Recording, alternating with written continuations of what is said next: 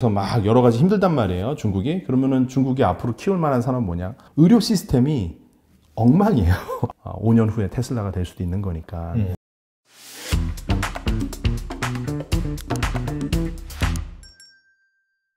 네, 비전 크리에이터 정주영 대표님 모셨습니다. 안녕하세요. 반갑습니다. 네, 안녕하세요. 네.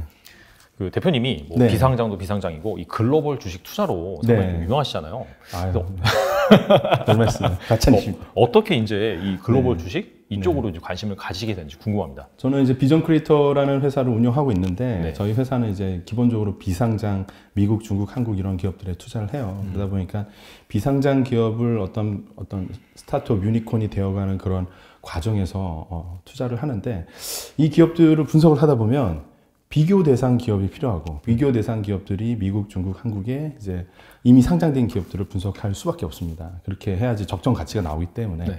그리고 이제 그 변화의 양상이라는 게 상장, 비상장 기업들이 다 유사한 방향으로 가더라고요. 기본적으로 메가 트렌드를 따라가고. 네네.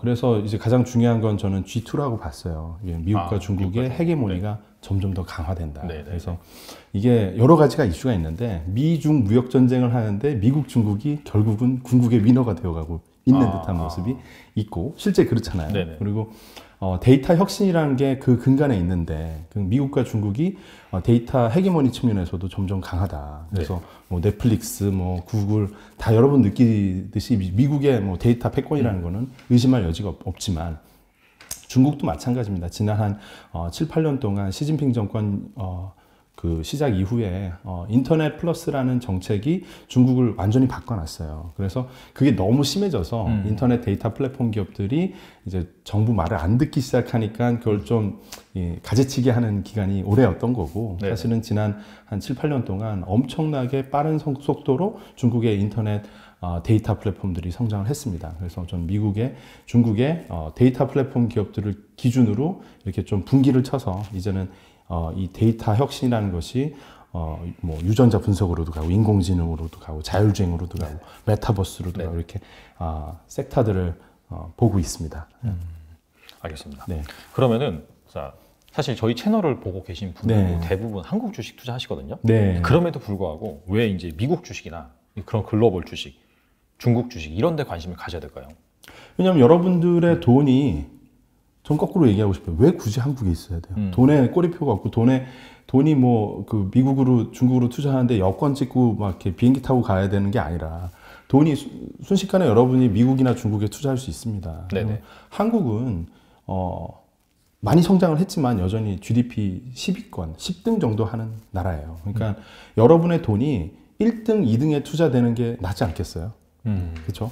세상을 변화시키는 그 핵심은 미국과 중국이 있고 네네. 이 경쟁을 하면서 변화를 시키는데 이 두 나라가 패권 경쟁의 그 핵심에 기술 혁신과 데이터 혁신이 있는 거거든요. 거기 인공지능 있고 다양한 게 있는데 아무래도 미국, 중국 기업들이 더 빠르고 더 규모 있게 혁신이 이루어지겠죠. 그러면 뭐 예를 들어서 구글이 혁신하는 게 있고 텐센트가 혁신하는 게 있다. 그러면 카카오나 네이버는 그거보다 좀 작거나 조금 뒤처지거나 이럴 수 있어요. 그게 나쁘다는 게 아니라 그냥 미국, 중국이 큰 나라니까 그래요. 예.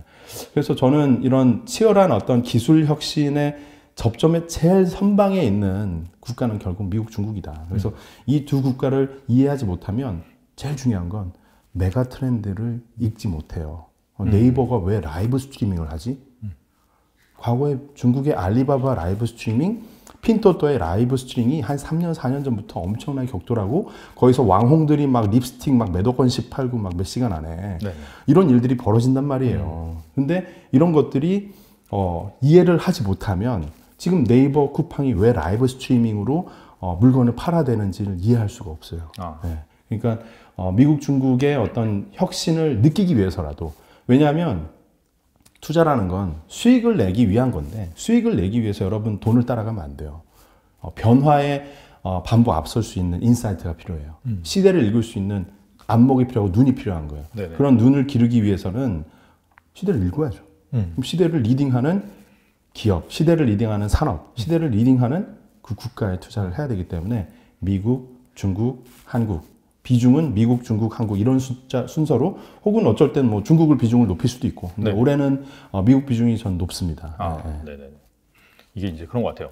그 사실 우리나라도 혁신 기업이 많긴 많잖아요. 네. 근데 이제 그런 혁신의 큰 틀은 미국, 특히나 이제 중국 이런 데서 정해지고 네. 우리나라도 이제 그러한 관련 산업이나 네. 관련 비즈니스를 하고 있는 그런 기업들이 또 이제 따라가고 그리고 그런 또 경향이 있는 것 같아요. 중요한 거는 미국에 특히 이제 이건 미국에 국한된 건데 네. 미국 기업을 꼭 투자하셔야 되는 거는 기업의 어떤 내부 통제, 이제 corporate governance라고 하죠. 요즘 ESG에서 G가 governance입니다. 네네.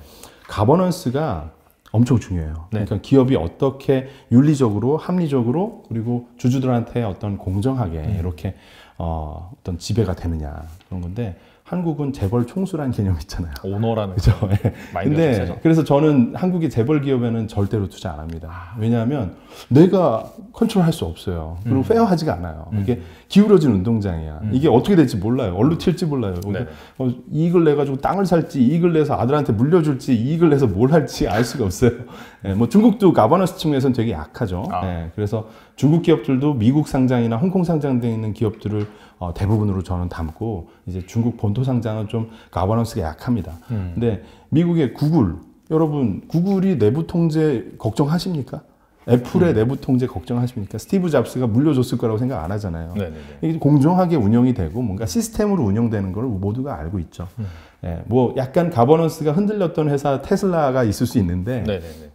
요즘에 보면 또 일론 머스크의 어떤 다양한 기행들이 네네. 묻히는 것 같아요. 왜냐하면 시스템으로 그 안에 정말 천재 같은 혁신가들이 자기가 자기 사업하듯이 각 사업 부문별로 이렇게 각자 되게 이렇게 몰입돼가지고 일을 하는 모습들을 볼 수 있어요. 그래서 기업 문화 측면에서 기업의 어떤 가버넌스, 그 통치 구조 이런 측면에서 배울 것들이 많다. 그래서 미국을 반드시 투자를 하고 넷플릭스나 구글이나 애플이나 이런 기업들은 그 어떤 쫀쫀한 리더십 있지 않습니까? 리더와 이 팀원들과 이렇게 유기적으로 막 돌아가는 이런 모습들을 지난 10년, 20년간 꾸준히 축적해온 그 어떤 무형자산이 있기 때문에 그거를 투자하고 관심 갖고 배우는 것이 우리 개인 투자자들이 성장할 수 있는 하나의 좋은 초석이 될 수 있습니다. 확실히 ESG가 지금 계속해서 화두가 되고 네. 뭐 앞으로 지속될 거잖아요. 그쵸. 그런 관점에서 네. 확실히 가버넌스가 잘 갖춰져 있는 그런 물론입니다. 기업들, 시장 네. 주목할 필요가 있을 것 같습니다. 네. 특히 이제 대표님 아까도 살짝 말씀해 주셨는데 데이터, 네. 이 데이터 관련 산업이 상당히 중요하다. 그래서 맞습니다. 이 부분에 대해서 좀 구체적으로 여쭤볼 생각인데 네. 그럼 데이터가 왜 중요하고 네. 그다음에 이거와 관련된 섹터 그리고 이거와 관련된 좀 혁신적인 그런 주목할 만한 기업은 무엇이 있을까요? 사실 데이터는 저는 과거에는 석유가 되게 중요한 어떤 쌀알이었죠. 그래서 제조를 하고 이게 그냥 그 산업혁명 시대에는 석유가 엄청 중요했었어요. 그래서 이게 뭐 핏줄이라고 이렇게 여기고 그래서 석유 쟁탈전이 엄청나게 이루어졌죠. 근데 지금 한 10년, 20년을 과거를 반추해 보시면 정말 데이터가 이 시대의 석유라는 걸 절절히 느낄 수 있어요. 그러니까 구글이나 아마존이나 이런 텐센트나 뭐 네이버 이런 기업들이 어떻게 보면 과거 20년 전의 재무 분석 기준으로 보면 이해할 수 없었던 그리고 이게 어떻게 이렇게 성장할 수 있을까 합리적으로 상상이 안 됐던 그런 영역이에요. 그런데 이 석유 대신에 데이터를 치환을 하는 순간 모든 게 풀립니다. 네. 뭐냐면 여러분 스마트폰의 2007년 등장 이후에 여러분이 돌아다니면서 앱을 다운받고 앱에서 계속 클릭을 하고 난 이게 좋고 이게 싫고 나는 이 물건을 내 바구니에 담아놓고 주문을 넣고 모든 하는 것들이 실명 인증을 하시고 스마트폰에서 클라우드로 계속 여러분의 데이터를 알려주고 있죠. 플랫폼 회사들한테 어떻게 하고 있습니까? 데이터를 상납하면서 그 플랫폼 회사들한테 물건도 구매하고 매출도 일으켜주고 석유보다 더 좋은 거예요. 뭐냐면 석유는 시추하면 고갈이 되죠. 네. 근데 이거 데이터는 시추를 하면 할수록 풍성해져요. 그러네요. 시추를 하면 할수록 스마트폰에서 내 데이터를 계속 시추해 주잖아요. 그러면 네이버나 카카오가 나의 취향을 나보다 더 잘 알게 됩니다. 여러분 쿠팡 보시면은 어떻게 이게 내가 좋아할 만한 걸 이렇게 탁탁 잘 추천해 주지? 깜짝 놀랄 때가 있어요. 맞아요. 넷플릭스 보면 내가 이거 관심이 있을 것 같은데 이 다큐를 왜 나한테 추천하는데 난 사실 기존엔 관심이 없었는데 보는 순간 관심이 생기거든요. 네. 제가 포뮬러 1을 좋아할 줄 몰랐어요. 그래서 근데 넷플릭스 덕분에 다큐 하나 보고 나서 팬이 됐어요. 그러니까 이렇게 나의 어떻게 보면 수요나 소비 성향을 나보다 더 잘 아는 그게 데이터 플랫폼의 무서운 점이고 그 뒷단에는 사실 클라우드의 AI가 이 구름 속에서 우리를 지배를 하는 그런 세상이 된 건데 그런데 여러분 자꾸만 헷갈릴 때가 있어요. 이 데이터로 혁신하는 기업들이 얼마나 더 갈 거냐 이제 다 된 거 아니야 이렇게 착각하실 경우가 있는데 근데 사실은 앞으로도 갈 길이 너무 멉니다. 네. 신선 제품이나 그리고 약 배송이나 네. 스마트 헬스케어 원격 진료나 네. 갈 길이 하고 많아요. 네. 그래서 앞으로도 저는 이 데이터 관련된 산업들이 이 시대를 변혁시키는 그 이미 주인이고 그리고 이 데이터 플랫폼이 온디맨드 서비스로 편리하게 해주는 걸 넘어서 이제는 이 뒷단에 인공지능이 붙어서 우리가 정말 인공지능과 사람의 지능이 병존하는 그런 세상에 살아가게 될 것이다. 네. 그렇게 되면은 그런 상상을 하면서 투자를 하게 되면 어떻게 보면은 안 할 것들이 생겨요. 그러니까 전통적인 제조업이나 전통적인 데이터 무관한 비즈니스에는 저는 관심을 갖지 않습니다. 왜냐하면 이렇게 좋은 데이터 선순환이 돌아가면서 돈을 벌면서 데이터 무형 자산이 쌓이면서 그러면서 시대를 완전히 변혁시키는 그런 기업이 있는데 근데 굳이 왜 저평가니까 PBR이 낮으니까 PR이 낮으니까 하면서 과거에 그 매몰되냐 이거죠. 그래서 저는 무조건 투자라는 거는 미래에 대한 희망과 꿈이 있어야 돼. 꿈을 먹고 사는 게 주식시장이기 때문에 그렇죠. 미래에 대한 꿈은 결국은 데이터가 만들어 나간다. 그렇게 보고 있습니다. 네. 알겠습니다. 뭐 일단 미국이 네. 이제 혁신을 주도하고 그런 트렌드를 만들어가는 건 인정하겠습니다. 중국도 네. 마찬가지로 네. 그런 부분이 있는데 근데 아시다시피 뭐 G2가 같이 뭐 싸우면서 성장을 한다 하더라도 최근 이제 분위기를 보면 네. 트럼프에 이어서 바이든 역시 약간 첨단 기술 분야에서 중국을 네. 계속해서 견제를 하고 그렇죠. 있고요. 네. 그러다가 최근에 또 헝다 그룹으로 불거진 네. 부동산 리스크 맞습니다. 이런 부분들이 있는데 그러면서 또 시진핑이 또 인터넷 플랫폼 기업들을 규제하고 네. 그러면서 주가가 또 조정을 많이 네. 받았어요. 자 이런 상황에서 중국이 잘 성장할 수 있을지 네. 그 대표님께서 어떻게 보시는지. 일단 IMF 수치에서는 계속 잘 성장한다고 나와요. 그러니까 많은 분들이 IMF에서 나온 월드뱅크에서 나온 그런 수치조차도 네. 이렇게 의문을 많이 가지시는데 네. 그냥 중국은 이 큰 경제 구조를 갖고 있는 국가들 중에서 가장 빠른 속도로 성장을 하고 있어요. 그래서 올해는 너무 빠른 성장을 하니까 그 중국에서 스스로 감속 버튼을 누르겠다고 2월에 양회에서 발표를 하면서 리커창 총리가 우리는 느리게 성장하겠다, 차분하게 가겠다 하면서 느리게 성장하는 하나의 방법으로 부동산 규제. 네. 그래서 헝다가 나온 거고 네네. 두 번째 인터넷 플랫폼 규제를 이제 그동안 인터넷 플러스로 인해서 너무 어떻게 보면 자유를 뭐 방관을 해놨던 부분을 좀 이제 이참에 좀 잡고 가자 이런 컨셉이고 지금 약간 좀 어느 정도의 그 규제에 대한 가이드라인은 좀 정리가 되는 듯한 모습이에요. 그러니까 올해는 쉬었다 가는 페이지로 보시면 될 것 같고 네. 작년 올해 상반기까지 보시면 중국의 코로나 상황에서 중국이 가장 빠르게 반등한 나라입니다. 그건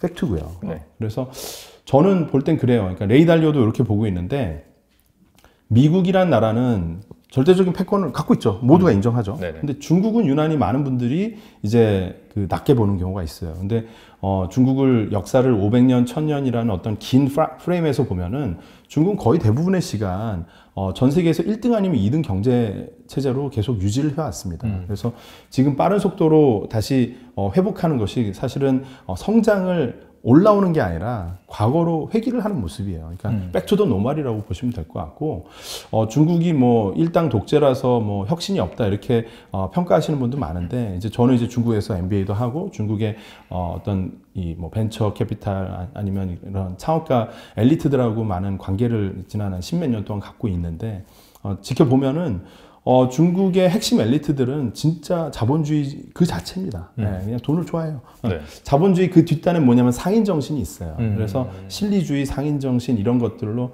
똘똘 뭉쳐져서 결국은 돈을 벌고 경제가 부국강병해지는데 뭐 이 공산당이 효율적으로 뭔가 지배를 해주고 있다라고 하면 엘리트들은 그걸 믿고 가는 겁니다. 그래서 시진핑 정권에서도 사실은 이제 GDP 성장률에 대해서 꼭 이걸 어느 정도 5%, 6% 이상은 지키려고 노력을 하는 것도 그런 어떤 통치의 근간에는 등 따시고 배부르고 경제가 성장하는 게 되게 중요한 거예요.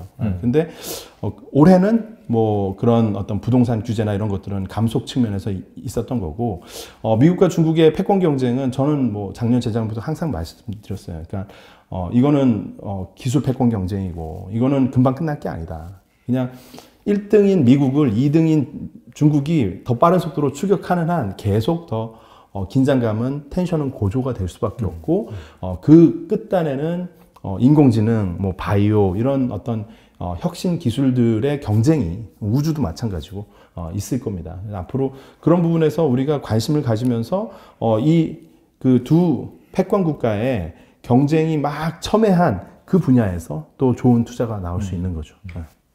그런 거네요. 그러니까 한마디로 둘이 이제 기술 경쟁 네. 벌이다 보니까 오히려 이제 발전할 수 있는 룸이 더 클 수도 있다. 맞습니다. 볼 수도 있는 네. 거예요. 치열한 경쟁 속에서 과거에 이제 우주 기술 발전할 때도 보면 미국하고 소련이 네, 막 그렇죠. 경쟁하면서 엄청난 네네. 혁신을 이뤘잖아요. 네네. 그렇게 이제 미국도 이제 견제구를 옆에서 중국이 날려주니까, 그러니까 화웨이 올라오네, 정신 차려야겠다. 네, 그래서 저는 이제 그 다이내믹을 보면서 네. 화웨이를 미국에서 견제해? 이거는 실질적인 거예요. 그러니까 이거의 반사 이익은 누가 누릴까? 샤오미 누릴 수 있겠네. 이렇게 바라보고 있고 뭐 반도체나 이런 부분에서 막 여러 가지 힘들단 말이에요. 중국이. 그러면은 중국이 앞으로 키울 만한 산업 뭐냐? 바이오가 되겠네. 이런 생각하는 거예요. 뭐 모더나 미국에 있는데 부럽지 않겠어요, 중국이? 그렇죠. 네. 물백신이라고 막 비난받고 하는데 네네네. 해외에서만 그런 게 아니라 중국 안에서도 사실 중국의 바이오 기업에 대한 신뢰도는 아직 낮습니다. 그래서 이런 부분을 한 3년, 5년 앞으로 육성시킬 수밖에 없고, 그렇다고 보면은 인프라 깔듯이, 고속도로 깔듯이 중국의 바이오의 어떤 인프라부터 첨단 기술까지 가지쳐 나가는 모습들 앞으로 한 3, 5년 간다라고 보면 그 분야의 1등 기업들을 모아 나가면 또 안전한 투자가 될 수 있다고 그런 어떤 투자 전략의 아이디어를 또 거기서 얻는 거죠. 네. 확실히 중국 같은 경우에 저도 이제 뭐 많이 봤는데 의료 인프라나 이런 부분이 좀 열악하고 그다음에 맞습니다. 사람들이 그 뭐 지방에 있는 병원은 잘 안 간다 그러더라고요. 네. 다 대도시로 가려고 그러고. 맞습니다. 그래서 사실은 정말 좋은 지적해 주실 건데, 그래서 세계에서 가장 최대 규모의 원격 진료 플랫폼이 맞아요. 미국이 아니라 네, 네. 중국에 있고, 네. 핑안구 닥터가 4억 명이 넘는 사람이 원격 진료로 쓰고 있고요. 그게 원격 진료가 그렇게 가능한 이유는 뭐냐면 의료 시스템이 엉망이에요. 엉망, 신뢰가 없어요. 그러니까 한국에서는 원격 진료가 아마 오래 걸릴 것 같아요. 쉽게 이러자. 네. 왜냐하면 문 열고 밖에 나가면은 동네 그냥 뭐 좋은 엄청 의원들이 많아요. 그리고 네. 너무 서비스도 좋고. 네. 근데 중국은 대학병원을 간다 한들 불안한 거예요. 전 인계를 맞고 내가 죽는 거 아닌가. 불안감이 있어요. 실제로 그런 일이 네. 발생하니까. 네. 이상한 거 맞고. 그래서 그 평점 제도가 있고 그런 것들이 아주 중요한 자산이 된 거예요. 그래서 핑안구 닥터, 알리건강, 징동헬스, 뭐 텐센트의 위닥터 이런 것들이 뭐 몇억 명 단위로 엄청난 경쟁을 하고 있고 그 경쟁이 좀 과열되니까 올해 좀 규제 철퇴를 맞았는데 기본적인 어떤 우상향 성장은 흔들림이 없을 거라고 저는 생각을 해요. 그래서 오히려 이런 그 원격 진료의 중국에서 벌어지는 혁신을 바라보면서 막 의사들이 뭐 건강 뭐 건기식이나 네네. 아니면 의료기기, 웨어러블 기기나 이런 것들을 네. 라이브 스트리밍으로 막 판매하거든요. 우리나라에서는 상상도 안 돼요. 말도 안 돼. 불법이죠. 한 3번 네, 잡혀가요.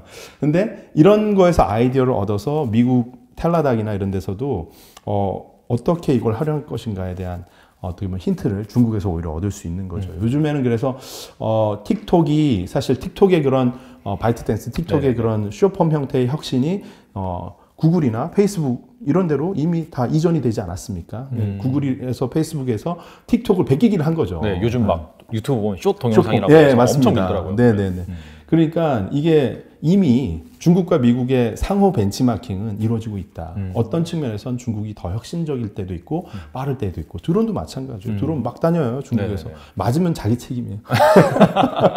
그냥 사실 그냥 무에서 유를 가고 그 뭔가 질서도 되게 없고 그렇기 때문에. 근데 중국은 일단은 끈저 모터 꾸어 허라는 이런 말이 있어요. 뭐냐면 하나하나 그 돌을 밟아가다 보면 어느 순간 이제 그 강을 건너게 된다, 이런 말이 있는데, 그러니까 점진적으로 그냥 하는 놈이 한번 해봐라 이런 게 있어요. 근데 한국은 사실 그냥 위에서 탑다운으로 정부 관료들이 우리가 허락해 준 것만 해 이런 규제책이 있는데 그게 좀 전체적인 프레임이 달라서 네. 중국이 우월한 측면도 있는 거죠. 혁신의 속도 측면에서는. 네. 예. 그래서 이제 대표님 얘기 듣고 보니까 사실 올해 약간 중국이 좀 증시도 좀 조정을 받았고 네. 경제 성장률도 뭐 예상했던 것만큼 안 나오고 하는데 길게 본다면 오히려 지금이 좀 네. 기회일 수도 있겠네요. 저는 뭐 텐센트와 텐센트 아이들, 네. 텐센트와 그 계열사들은 뭐 애니타임 전 뭐 과거 제 영상을 보셔도 아시겠지만 뭐 수년 동안 계속 좋다고 말씀을 드렸습니다. 그러니까 이유는 뭐냐면 그 텐센트를 빼면 이제는 중국이 돌아가질 않아요. 알리바바는 어떻게 보면 알리바바도 충분히 그런 어떤 필수제 역할을 지금 하고 있긴 한데 너무 이제 정부랑 삐딱선을 타니까 위험한 거고 텐센트의 마하통 회장은 인민 배지를 달고 있어요. 그러니까 국회의원이요. 우리 지금 비례대표 그것도 랭킹 몇 등 안에 드는 그런 어떤 상위권 정치인이거든요. 네네. 그래서 지금 어떻게 보면 정치적 규제도 나름 가장 좀 스마트하게 풀어나가는 것 같고 그 밑에 있는 생태계 메이투안 디엠핑 우리로 치면은 이제 배달의 민족 같은 건데 메이투안 디엠핑은 세계에서 제일 큰 온디맨드 기업입니다. 그래서 그리고 라이브 스트리밍이나 뭐 산지 직송 신선 제품 이런 것들을 혁신적으로 그 전자상거래와 게임을 막 융합을 시키는 그런 재밌는 전자상거래 기업이 핀도토라고 있어요. 근데 뭐 재작년에는 뭐 매출액이 7배 성장하고 막 그 미친 듯이 이제 알리바바의 턱밑을 쫓아가고 있는 텐센트 이중대입니다. 그래서 이런 기업들 참 저는 앞으로도 좋다고 보고요. 근데 사실 섹터 측면에서는 데이터 플랫폼보다는 비중을 둔다면 저는 중국의 바이오. 헬스케어 그러니까 이 전체적인 섹터로 보면 여기는 규제가 있긴 있잖아요. 그렇죠. 뭐 텐센트와 텐센트 계열사가 좀 낮긴 하겠지만 규제가 있잖아요. 근데 규제가 없는 곳이 어딜까라고 하면 중국의 바이오는 규제가 아니라 여기는 육성과 진흥과 도움을 해줄 것이다. 그렇다고 보면 그 도움을 받을 수 있는 그런 섹터에 하는 게 맞고 그러면 우시앱텍, 우시바이오 이런 기업들은 이미도 중국에서 최대 CRO 이제 임상을 대행해주는 기업 그리고 생산 삼성바이오로직스 같은 우리나라 치면 삼성바이오로직스 맞습니다. 우시바이오가 그런 존재고 이 두 개가 같은 계열사고 둘 다 좋아요.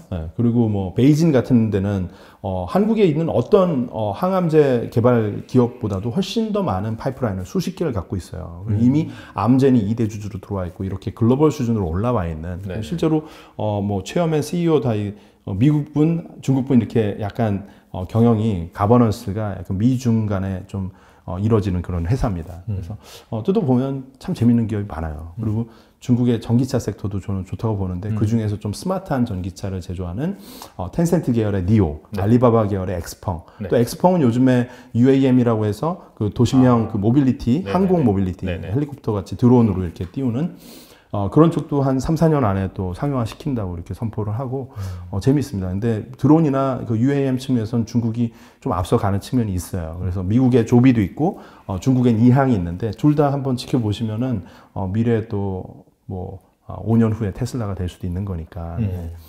그래서 참 한국에서는 아직 UAM이라고 뭐 현대차가 뭐 하고 있긴 하지만 아직 날아다니고 있지는 않잖아요. 그렇죠. 근데 말만 나오고 있죠.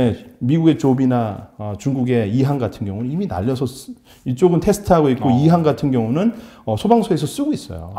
정부에서 구매해주고 있고. 그러니까 이런 측면에서 사실 미래의 냄새를 좀 맡으려면 미국, 중국에 투자해야 된다는 게 이겁니다.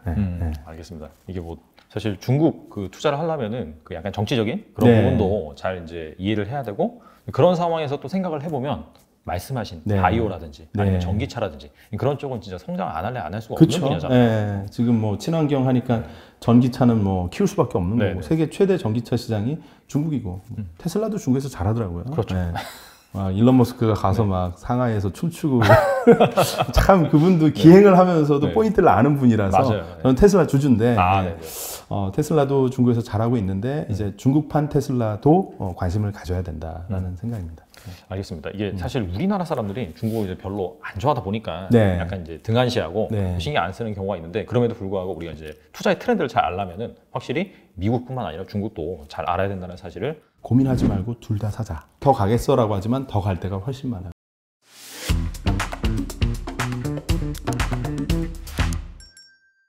계속해서 듣다 보니까 이거 한국 기업이 너무나 좀 소외가 되는 거 아닌가 좀 그런 생각이 들기도 하거든요. 자, 그럼에도 불구하고 물론 이제 뭐 미국이나 중국만큼은 아니겠지만 그럼에도 이러한 트렌드를 잘 따라가고 있는 뭐 대표적인 한국 기업이 뭐가 있을까요?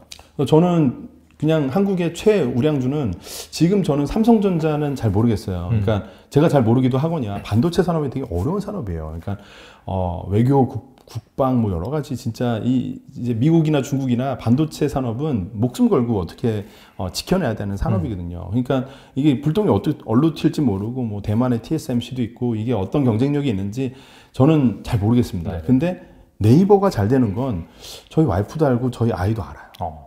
왜냐하면 네이버에서 더 많은 행동을 우린 하고 재작년에 안 하던 예약을 하고 네. 예약을 할 뿐만 아니라 미리 결제도 하고 재작년에 그렇게 물건을 네이버에서 많이 안 샀어요. 근데 점점 물건을 많이 사잖아요. 그렇죠. 더 많은 이 물건들이 올라오고 라이브로 그리고 이걸 재미있게 블로그와 연동이 되면서 물건이 판매된다 이거죠. 그래서 네이버가 사실은 쇼피파이스럽게 성장하는 모습을 저는 주목을 하고 있고 미국에서 아마존의 뒤쫓는 게 쇼피파이입니다. 네. 예, 아마존이 어떻게 보면은 빵빵 전진해서 앞단에서 막 포격을 한다고 하면 쇼피파이는 게릴라 부대. 그래서 은근슬쩍 이렇게 그 아마존을 포위하는 그런 어떻게 보면 소상공인들에게 좋은 툴을 제공해주는 그런 커머스 회사가 네. 쇼피파이인데 네. 지금 2등이에요. 예, 네, 그 맞아요. 거래 대금으로. 네. 근데 네이버가 그런 전략을 하고 있습니다. 그래서 한국판 아마존이 쿠팡이라고 생각하고 한국의 쇼피파이는 네이버라고 하면 고민하지 말고 둘 다 사자. 예, 쿠팡과 네이버 세트로 갖고 계시면은 안전하다고 봅니다. 왜냐? 전자상거래는 더 커질 거예요. 예, 앞으로도 갈 길이 하고 많아요. 예, 말씀드린 것처럼 어딜 더 가겠어라고 하지만 더 갈 데가 훨씬 많아요. 아직도 쿠팡의 로켓 배송이 닿지 않는 곳이 많고 아직도 더 많은 제품들이 프라이빗 라벨링으로 직접 자기네들이 생산을 해서 판매를 할 수 있는 여지가 더 많고요. 대표적으로 신선 제품을 말씀드리는 거고 그렇죠. 마켓컬리도 잘하고 네네네. 있지만 네. 예, 그래서 이것도 3년 4년 전에 중국에서 최대 해산물 유통업체가 알리바바가 된 거예요. 그런데 심지어 그거를 그 킹크랩이나 이런 것들을 쪄가지고 집에 배달까지 해줘요, 아마존이. 그리고 그 킹크랩 한번 배달 오면 10만 원이 넘잖아요. 그렇죠. 매출이 엄청나게 찍히고 그래서 캐나다 앞바다에 있는 그 킹크랩 어장이 막 10년치 통으로 계약되고 그거를 살려는 알리바바 담당자가 제가 아는 후배였는데 중국에. 근데 네. 뭐 요즘은 뭐 하냐 그랬더니 캐나다 쪽에 와서 이제 헬리콥터 타고 다니면서 네. 이제 킹크랩이나 이런 갑각류들 네. 이제 싹쓸이 하고 있다. 그리고 돌아가는 길에 뭐 비행기 하나 맞추고 갑니다. 보잉 비행기 맞춰서 이제 신선 배송이 돼야 되니까 이걸 비행기에 맞추는 거예요. 네네. 그래서 앞으로 쿠팡이나 네이버가 어디로 더 갈 수 있냐? 항공 운수, 네네. 로지스틱 산업, 네. 물류 산업으로 더 진출할 수밖에 없어요. 그 증명은 알리바바가 보여줬고 아마존이 보여줬고 아마존이 수십 대의 대형 화물 항공기를 보유하고 있습니다. 네. 선박도 갖고 있어요. 네. 그러니까 하늘과 어떤 바다의 이 물류까지 네이버나 아마존이 쿠팡이 진출할 수 있다라고 보면 앞으로 갈 길이 더 많은 거죠. 알겠습니다. 근데 이게 깜짝 질문인데 네. 네이버 하면 사실 또 생각나는 기업이 있잖아요. 네. 카카오가 있어요. 카카오. 네. 저는 카카오도 좋다고 봐요. 근데 좋다고 보는데 지금 역시나 그 빅테크 규제 해서 규제를 할 때 네이버는 사실 되게 규제하기 어려워요. 왜냐하면 절대적인 지배력과 지분율을 갖고 있는 총수라는 개념이 존재하지 않아요. 이혜진 의장님의 그 지분율이 상당히 낮아요. 근데 카카오 김범수 의장님은 이게 지분율이 상당히 높거든요. 그리고 가족들이 뭐 일부 지분 갖고 있고, 그리고 이게 총수의 모습을 상당히 갖추고 있어요. 그렇기 때문에 이 카카오는 재벌이라는 프레임에서 규제가 가능한 구조이기 때문에 리스크가 좀 더 있다. 그리고 네이버의 어떤 이 시스테믹한 이런 그 거버넌스, 그걸 어떻게 전 느꼈냐면 그 한 대표님, 한명수 대표님, 네이버 이제 그 입사하셔서 쭉 어떻게 보면 수직으로 성장을 하신 건데 이런 모습이 좀 좋은 것 같아요. 그래서 낙하산 이런 게 아니라 네네네. 그리고 뭐 친하고 진짜 내가 그 오너가 좋게 봐주니까 이 사람을 대표로 발탁을 했어 이게 아니라 시스템으로 쫙 올라오는 거. 그리고 뭐 네이버 라인이나 해외 사업들도 다 잘하고 있고 그런 측면은 전 좋게 보고 쿠팡은 또 왜 좋게 보냐? 쿠팡은 이 사업에 확장하는 유기적인 모습들이 상당히 아마존하고 정말 그 DNA가 닮아 있어요. 그래서 지금도 뭐 SNL이나 이런 그 재밌는 어떤 뭐 국민 가수 이런 프로그램들을 쿠팡 서비스에서 쿠팡 라이브, 쿠팡의 OTT 서비스에서 독점적으로 서비스하고 있거든요. 그래서 그 스트리밍 사업자로서도 지금 자리를 잡아가고 있는데 이게 쉽지 않은 거거든요. 새로운 영역을 개척한다는 게. 그래서 언젠가는 쿠팡도 아마존처럼 뭐 클라우드 서비스도 하고 물류 그 사업도 이제 그 외부 어떤 다른 기업들한테 서비스로 제공해주는 동네 어떤 로컬 딜리버리 이런 배달이나 이런 것도 쿠팡 안에서만이 아니라 외부 다른 기업들을 위해서도 서비스해 줄 수 있는 그런 모습으로 좀 진화하지 않을까 생각하면서 좋게 보고 있죠. 그리고 하나 더 뭐 한국 기업 중에 또 꼭 여러분이 관심 가져야 되는 기업 중에 하나는 요즘 뭐 메타버스 하는데 저는 제 유튜브 채널에서도 몇 개월 전부터도 펄어비스를 유난히 좋게 봤어요. 그러니까 뭐 그때도 많은 질문이 있었어요. 넥슨도 있고 NC소프트도 있고 막 다양한 기업인데 왜 굳이 펄어비스를 좋게 보냐. 근데 저는 거기서도 결국은 기업 문화, 사람, 그리고 이 게임이라는 거 메타버스 세계관이라는 거는 결국은 순수한 창조력이에요. 이 창조력은 어디 뭐 기계 설비를 투자하면 나오는 게 아니잖아요. 그렇죠. 네. 사람의 머릿속에서 나오는 거고. 이 사람의 머릿속에 창조력을 극대화할 수 있는 거는 그 환경이라는 게 되게 중요한 거죠. 그 환경 중에 제일 중요한 건 무형적인 기업 문화가 중요한 거죠. 그러면 이 기업 문화를 이해할 수 있으려면 의장님, 그러니까 창업자의 마인드를 느껴보는 게 중요하고 제가 몇 년 동안 3년, 4년 이 의장님이 하는 말과 행동 이게 어떻게 일치가 되는가를 봤더니 정말 개발자를 위한 환경 그리고 개발을 잘해서 세계적인 품질 정말 몰입도가 극강으로 될 수 있는 정말 좋은 프로덕트 좋은 게임을 만들자 이거에 정말 집중이 돼 있더라고요. 수익을 내고 뭐 하려면 사실 뽑기형 확률 어떤 뽑기로 가고 그래서 사실은 펄어비스 말고 다른 대형 게임사들은 저는 어떻게 봤냐면 거의 이건 도박 업체다. 뽑기형 아이템에 그냥 메모리 돼버렸다. 그러면서 정작 게임의 퀄리티나 어떤 이런 그 때깔이라고 그러죠.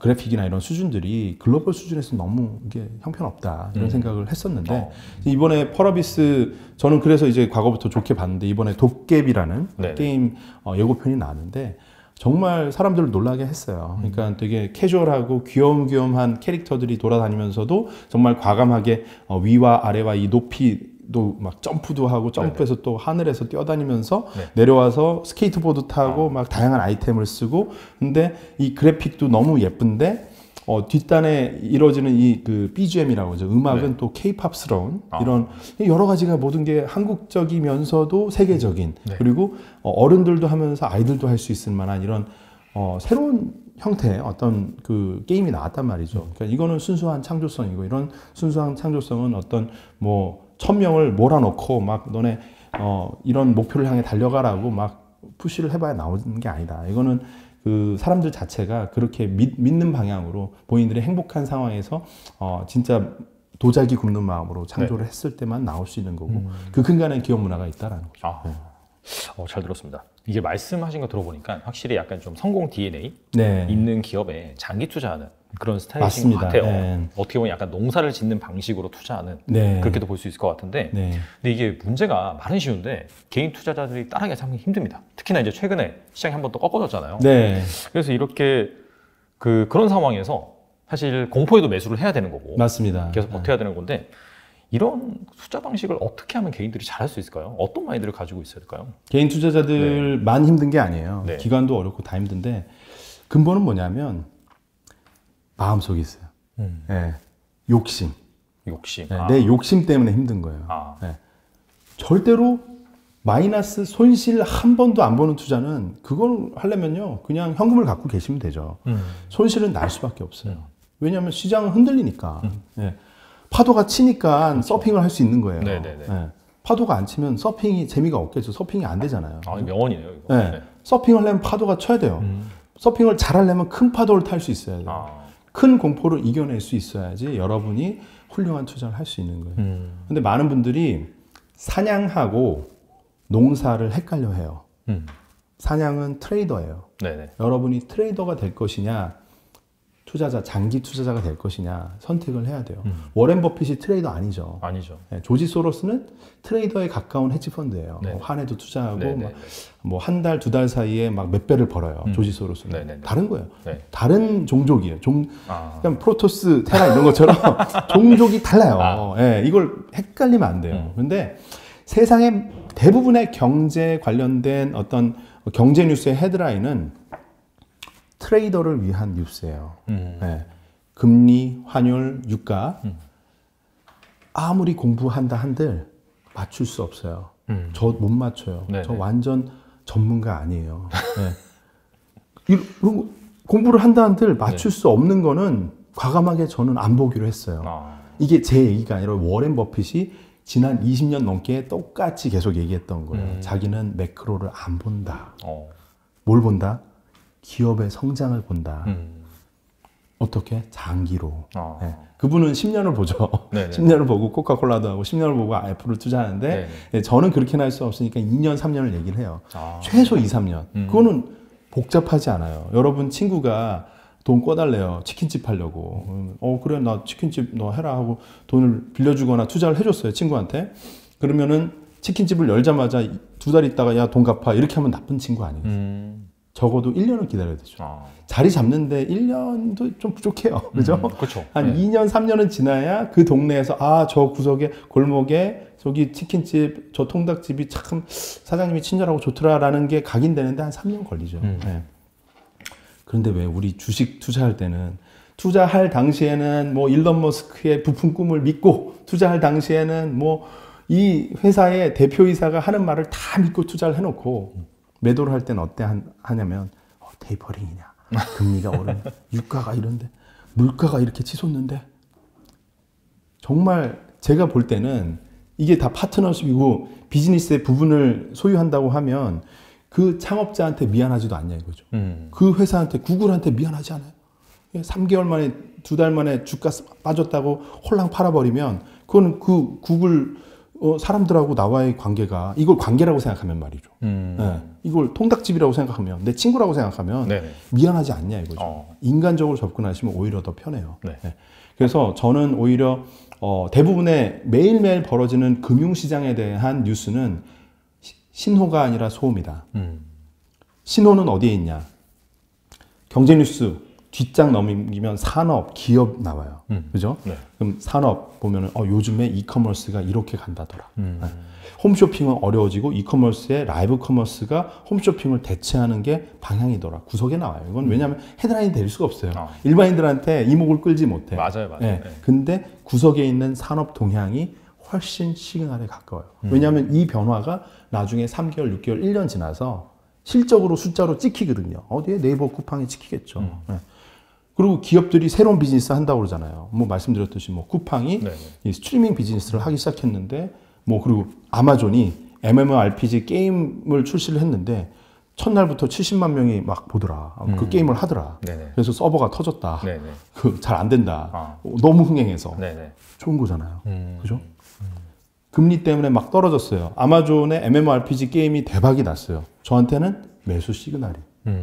그래서 결과적으로 공포를 매수한 것처럼 보이지만 저는 사실은 시장에 공포든 흥분이든 아예 별로 크게 관심 안 가지려고 해요.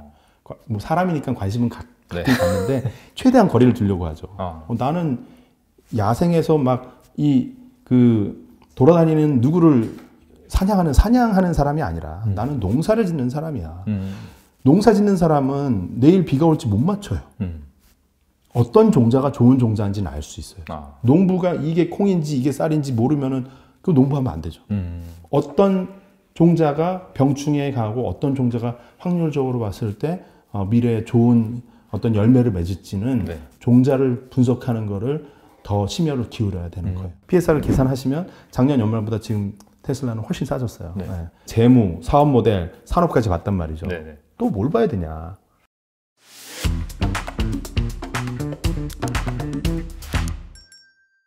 단도직입적으로 좋은 종자를 고르는 방법, 좋은 농부가 되는 방법, 그게 더 궁금합니다. 이게 핵심이죠. 네, 되게 중요한데 많은 분들이 이제 재무지표 중요시 여기죠.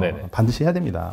재무 분석해야 돼요. 그래서 뭐 되게 이것만 해도 뭐 몇 시간을 얘기할 수 있겠지만 결론부터 말씀드리면 재무는 이 시대에 맞는 거는 특히 데이터 관련된 기업들한테는 PSR을 보시는 게 맞아요. PER의 시대는 지나갔어요. 왜냐하면 네네네.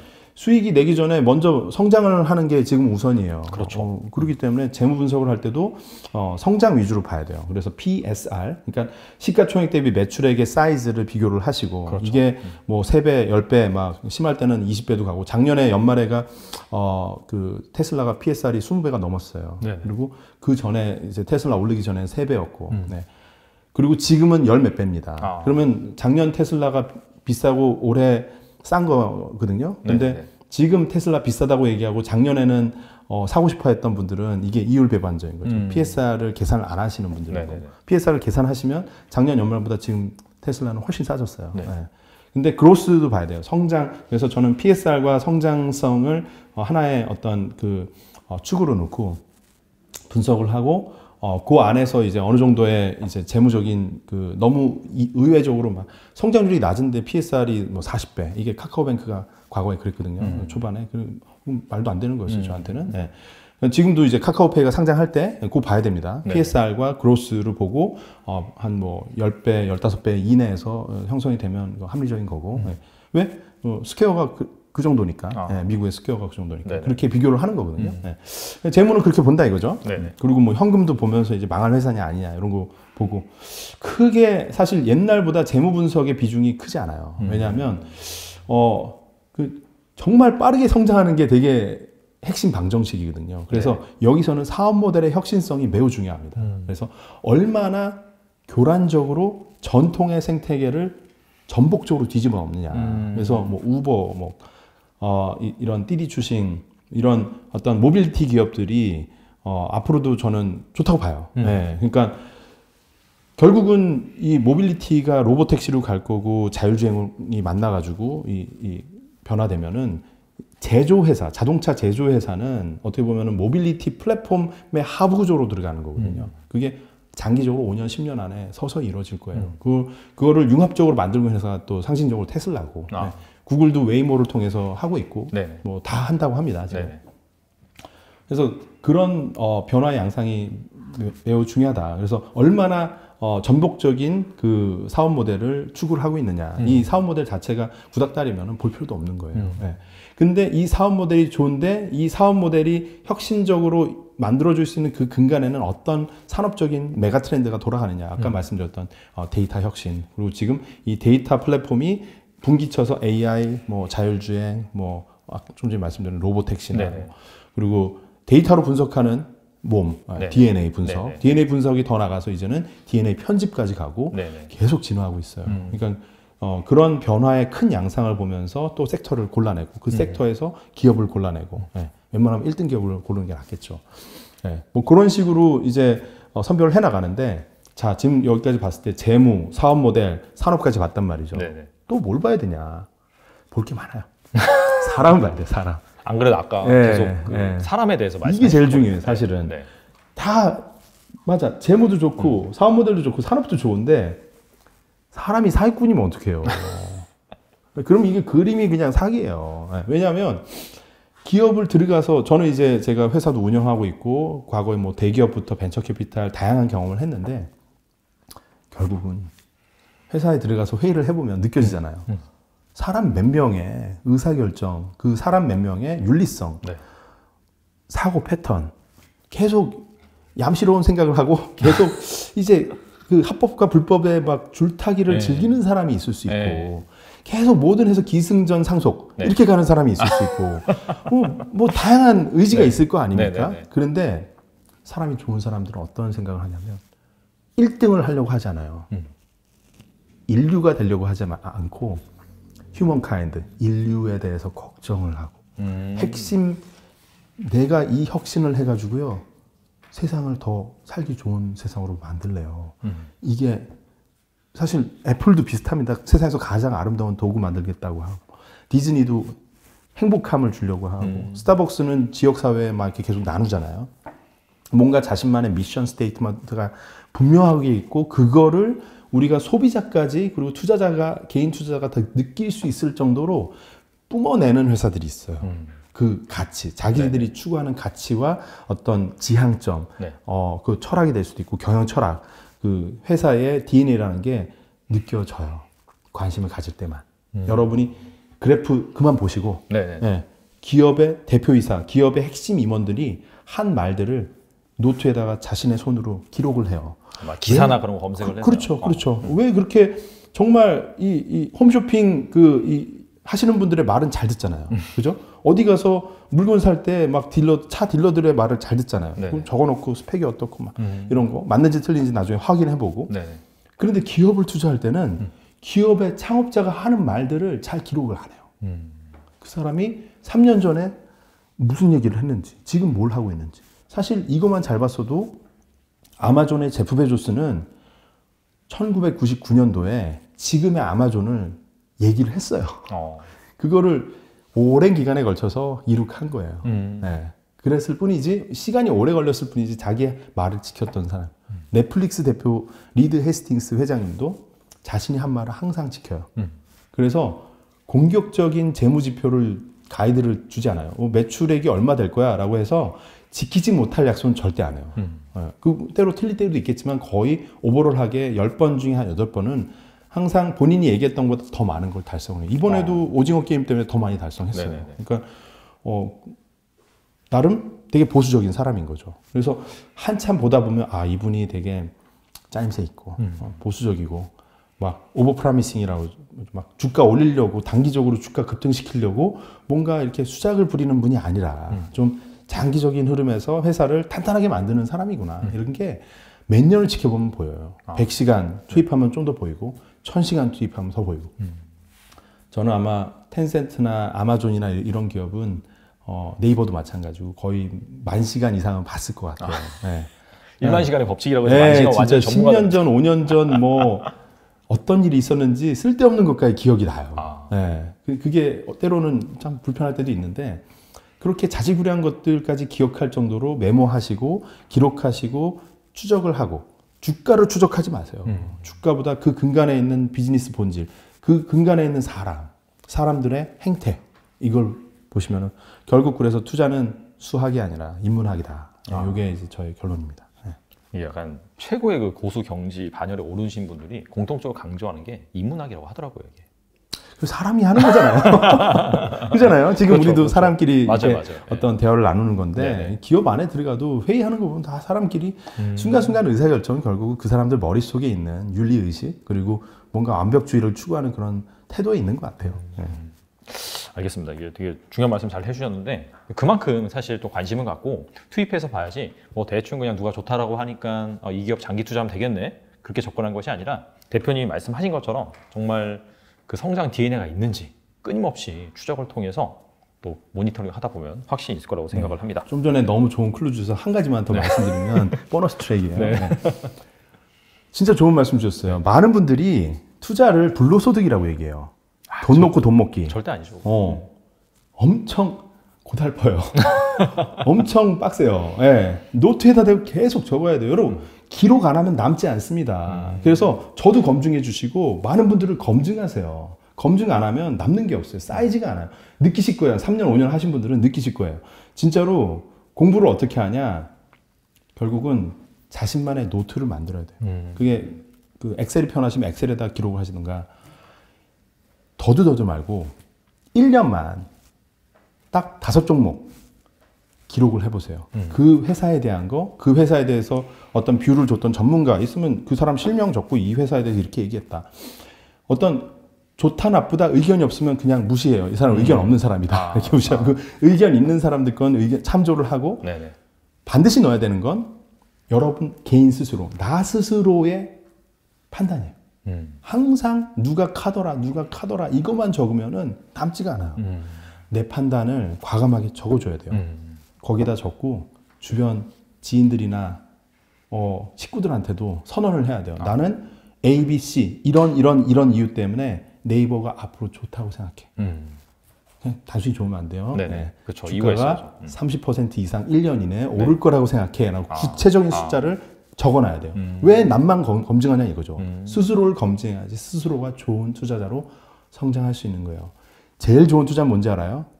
여러분 스스로의 역량에 투자하는 거예요. 제일 좋은 역량 뭔지 알아요? 우리 은퇴 없어요. 투자자로서의 역량을 기르는 거예요. 그래서 공부를 치열하게 하시라는 거고 네. 10,000시간이 어려운 100시간부터 일단 투자하고 보시고 궁금하면 나중에 또 만나자 이거죠. 알겠습니다. 네. 기록이 정말 중요한 것 같습니다. 그게 왜 그러냐면 주가가 오를 때 내가 생각해 맞아요. 근데 이게 갑자기 무슨 뭐 매크로 이슈를 만나 주가 급락을 해요. 그러면 나의 믿음이 흔들리거든요. 그때 이제 기록을 그렇죠, 보는 맞습니다. 거죠. 네. 그때 깊이 있는 공부를 하시고 메모장에다가 가설들을 기록하신 분들은 이 가설 안 흔들렸는데 네. 매크로 이슈랑 상관 유가 떨어진 거랑 네이버가 지금 라이브 스트리밍 하는 건 무슨 상관이야? 비즈니스 봤더니 분기 실적 더 좋아졌는데? 그렇죠. 기회네. 이렇게 되는 거죠. 그래서 공포를 이겨내는 네. 거죠. 그래서 네. 꼭 기록을 하셔야 된다고 네. 말씀드리고요. 그리고 또 이 얘기 또 안 할 수가 없을 것 같아요. 최근에 또 이제 그 성장 산업이라고 네. 한다면 또 블록체인 기반의 네. 뭐 크립토 커런시, 뭐 누구는 크립토 에셋이라고 하기도 하고 아무튼 그 상징적인 이슈가 있었죠. 비트코인 네, 선물 ETF. ETF가 네. 미국 증권거래위원회 승인을 네. 받았습니다.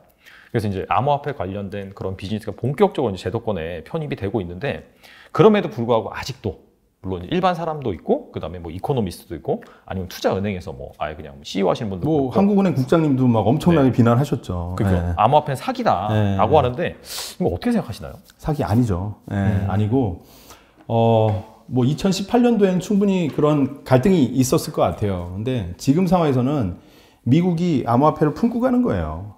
우리로 치면 두나무가 업비트가 코스피에 상장해서 막 몇십조 가는 거고 코인베이스 상장했잖아요. 네네. 그리고 ETF 비트코인 선물이지만 ETF가 상장했다는 얘기는 그냥 해라 이거예요. 미국에서는 이거 용인하겠다.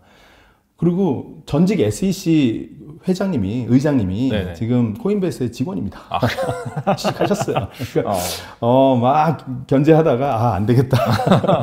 그러니까 사실은 이게 큰 방향이 된 지가 몇 년 됐어요. 근데 블록체인 암호화폐 1도 모르면서 정말 많은 사람이 쓰고 있어요. 그래서 비트코인 가격, 여기 똑같습니다. 로직은 똑같아요. 이거 데이터로 움직이는 거잖아요. 결국은 그렇죠. 비트코인이라는 거는 피어-투-피어 트랜잭션이 누구의 그 감독도 없이 중개자가 없이 이루어진다는 거예요. 그걸 한 단어로는 탈중앙화. 자, 따라해보세요. 탈중앙화. 탈중앙화. 네, 거기서 핵심적인 영어 한 단어를 쓰면 신뢰 필요 없음. 그렇죠. 트러스트 리스라고 그래요. 네네. 과거에 신뢰라는 거는 저와 이제 대표님 네네네. 서로 잘 못 믿겠어. 네네네. 그러니까 이 거래를 좀 누가 확증해 줄 누군가가 있어야 되는 거잖아요. 그렇죠. 제3자가 있어야죠. 이건 블록체인은 물려서 인터넷만 켜져 있으면 이 거래는 완전 무결하게 장부가 처음부터 끝까지 다 적혀 있어요. 단지 이 지갑과 이 지갑의 소유자가 누군지를 모르는 익명성이 보장될 뿐이에요. 그렇죠. 완전 무결한 거래 그리고 익명성 이 두 가지가 제일 중요한 건데 익명성이 보장되기 때문에 정부에서 미국에서는 야 이거 규제를 해야 되는데 머리가 아프네. 저 산에다가 묻어놓고 USB 묻어놓고 내 거 모르는데요. 난 상관없는데요. 하다가 나중에 이제 국세청에서 조사 끝나고 나서 캐가지고 이거 내 거다 잡을 수 없잖아요. 네네. 그죠? 네. 그게 꼬리가 없으니까. 그렇죠. 익명성이라는 게 엄청나게 그겁니다. 그래서 업비트 계좌를 쓰시는 분들은 익명성에 대한 이해를 할 수가 없어요. 근데 뭐 나노레저나 이런 하드 월렛을 써보시면 진짜 익명성을 이해할 수 있어요. 이 내 월렛 보이는 이 월렛에서 저쪽 내 친구의 월렛으로 똑딱 0.1 비트코인 큰 돈이죠. 보냈는데 제가 받았어. 네. 왜? 그러면 신기한 거예요. 네. 이거 아무도 모르잖아요. 네. 그죠? 익명성이 보장되는 세상. 이게 그래서 기본적으로 보면 크립토를 사랑하는 분들은 이게 몇십 년이 걸리든 간에 아나키즘이에요. 무정부주의자들이에요. 이 무정부주의를 사랑하는 사람들은 데이터를 또 좋아하는 분들, 잭 도시 같은 분들, 네. 그리고 캐시 우드 같은 네네. 분들, 그리고 일론 머스크 같은 분들이 있는데, 근데 그들의 메시지를 도지코인을 주목할 게 아니라 그 탈중앙화, 분산금융, 분산적인 형태로 생겨나는 이 경제 주체들의 모습들을 봐야 돼요. 비트코인 혼자서 모든 걸 해결하는 게 아니라 비트코인은 거래라는 게 이렇게 가능하다라는 걸 증명해 준 시조세고 금에 가까워요. 금. 네. 이 세상이 이 크립토 세상이 분산적으로 굴러갈 수 있게 해주는 석유, 가스에 가까운, 천연가스에 가까운 건 뭐냐? 이더리움이에요, 이더리움. 그래서 희한하게 이더리움에서 수수료를 가스라고 하죠. 진짜 이 산업에 가스 같은, 천연가스 같은 역할을 하고 있어요. 대부분의 분산금융, NFT, 이게 폭증했거든요. 거래량이 막 수십 배 증가했어요. 그러니까 사실 올해 연초에 가격이 떨어졌을 때 저는 매수의 기회라 생각하고 3월, 4월, 5월 계속 저희 채널이나 제가 강의하는 데서나 계속 크립토를 꼭 봐야 된다. 말씀드렸던 건 뭐냐면 잡코인 말고 비트코인, 이더리움, 뭐 유니스왑 이렇게 랭킹 한 20등 안에 드는 기업들의 분산으로 해야 된다고 얘기한 건 뭐냐면 실제 거래가 많아지니까 많은 사람들이 NFT 토큰을 통해서 예술 작품을 구매를 하는데 이게 뒷단에 이더리움이 있는지도 몰라요. 마치 인터넷이 막 확산되는데 사실 확산되는데 제일 큰 거는 뭐 포르노도 있고 여러 가지 안 좋은 것들이 있었죠. 게임도 있고. 근데 인터넷의 확산에 가운데서 사람들이 TCP, IP 프로토콜의 원리를 이해하지 않았잖아요. 그렇죠. 이더리움의 원리를 알 필요 없어요. 알 필요 없죠. 네. 이더리움의 백서를 굳이 몰라도 이제는 이 NFT나 이 위에서 돌아가는 거래가 많아지는 것을 보면서 이더리움이 앞으로 좋겠구나를 이해할 수 있는 거죠. 네. 근데 비트코인 뭐 ETF 편입된 뭐 이렇게 승인된 거는 이제 뭐 전통 금융권에서도 이제 자금이 들어올 수 있다는 측면에서 유동성 측면에서 더하기가 되지만 사실 저는 올해 가장 중요하게 여기는 크립토 세상에서 변화라는 거는 뭐냐면 이더리움이 이제 그 프루프 오브 워크, 그러니까 이 마이닝을 통해서 이제 그 컨센서스 합의가 이루어지는 방식에서 전력 낭비가 엄청나거든요. 그렇죠. 이 방식에서 프루프 오브 스테이크로 넘어간다는 거예요. 네, 이게 한 2달 내지는 4달 안에 이루어질 것 같거든요. 그 하드 포크라고 하는데 이더리움이 그렇게 전환되게 되면은 전력 낭비가 없어지고 그리고 거래 수수료 같은 것도 뭐 수십 분의 1, 많게는 100분의 1까지도 떨어진다고 해요. 네. 그렇게 되면은 또 사용성이 훨씬 좋아지겠죠. 그러면 이더리움으로 되는지 안 되는지 모르면서도 NFT나 분산 거래가 많이 이루어질 수 있다는 거죠. 그럼 더 어떤 사용성이 확산이 되고 더 많은 소비자들, 더 많은 유저들이 이 암호화폐를 플랫폼처럼 사용을 하게 되면 자연적으로 또 가격은 우상향할 수 있다. 이렇게 보는 거죠. 네. 알겠습니다. 이게 뭐 비트코인 가격이 오른다, 내린다, 이더리움 가격이 오른다, 내린다 그런 문제가 아니라 사실 이게 블록체인 기반의 그런 뭐 이더리움 같은 플랫폼들이 이미 지금 비즈니스 영역으로 많이 들어와서 맞습니다. 활성화가 되고 있다. 네네. 이게 이제 핵심인 것 같습니다. 비자에서도 쓰는데 비자에 들어가서 홈페이지에 그 크립토 솔루션이 있어요. 그 참 우리로 치면 현대카드에서 이제 그 비트코인을 다루는 거랑 똑같은데 미국이 훨씬 앞서 있습니다. 그걸 이제 지켜보셔야 돼요. 네. 그래서 아무튼 그런 관점에서 보시면 될 것 같아요. 뭐 이걸 결제를 한다, 뭐 제2의 돈이다, 뭐 그런 게 아니라 비즈니스 영역으로 점점 이 블록체인 기반의 암호화폐들이 들어오고 있다. 그 변화는 잘 캐치를 하시고 이와 관련된 종목들도 많이 있어요. 그래서 그런 것들을 또 관심 있으시다면 또 주목을 해보시는 것도 좋을 것 같습니다. 투자자분들에게 좀 당부드리고 싶은 말씀은 뭐냐면 일단은 그 좀 어떤 시간이라는 거를 좀 길게 보셨으면 좋겠어요. 그러니까 한 달, 2달, 3달 안에 내가 뭔가 난 이 수익을 꼭 내야 돼. 이러면은 아예 주식이나 이런 투자를 안 하셨으면 좋겠어요.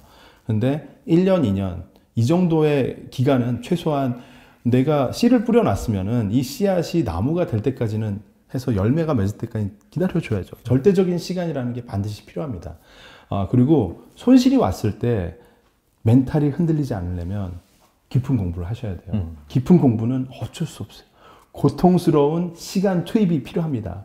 시간을 투입하지 않고 에너지를 투입하지 않으면 아무런 것도 안 나요. 그거는 세상의 원리예요. 원칙이에요. 그런데 이거를 쉽게 돈을 버는 방법으로 투자를 접근하시면 처음에는 한두 번 운이 따를 수 있어요. 근데 꾸준하게 수익 내는 거는 그냥 어불성설입니다. 그래서 여기도 마찬가지예요. 그냥 노력한 대비 열심히 깊이 탐구하시면은 그거에 대한 대가가 선물처럼 언젠가 주어지게 돼 있습니다. 그리고 반드시 개인 투자자라고 해서 몰빵 투자 금물입니다. 충분하게 최소 10개 이상 분산을 하시고 10개 이상 분산을 할 시드가 부족한 것 같다라고 하면 과감하게 내가 담을 만한 그 종목으로 편성이 되어 있는 ETF를 담으시는 게 안전하고요. 근데 ETF보다는 시드가 뭐 어느 정도 된다고 하면은 개별 종목으로 분산을 하시는 게 개별 종목과 친해져요. 인간적인 교감이 생기니까 네네.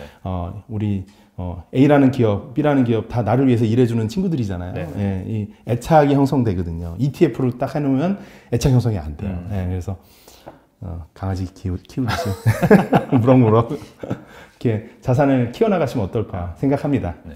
이게 애착이란 게 그런 거잖아요. 애착이 생겨야지 그 기업을 계속해서 탐구하고 맞습니다. 모니터링하고 네. 그런 관점에서 말씀을 해주신 것 같습니다.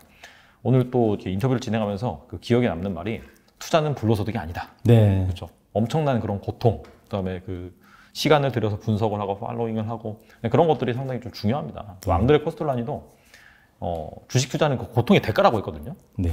그렇기 때문에 여러분들이 너무 쉽게 그렇게 보려고 하지 마시고 정말 내가 뭐 최소한 수년간은 함께할 만한 그런 종목들을 오늘 그 정준 대표님의 인터뷰를 통해서 잘 복기를 하시고 잘 발굴을 하셨으면 좋겠습니다. 네, 오늘 비전 크리에이터 정종 대표님 나오셔서 감사합니다. 감사합니다.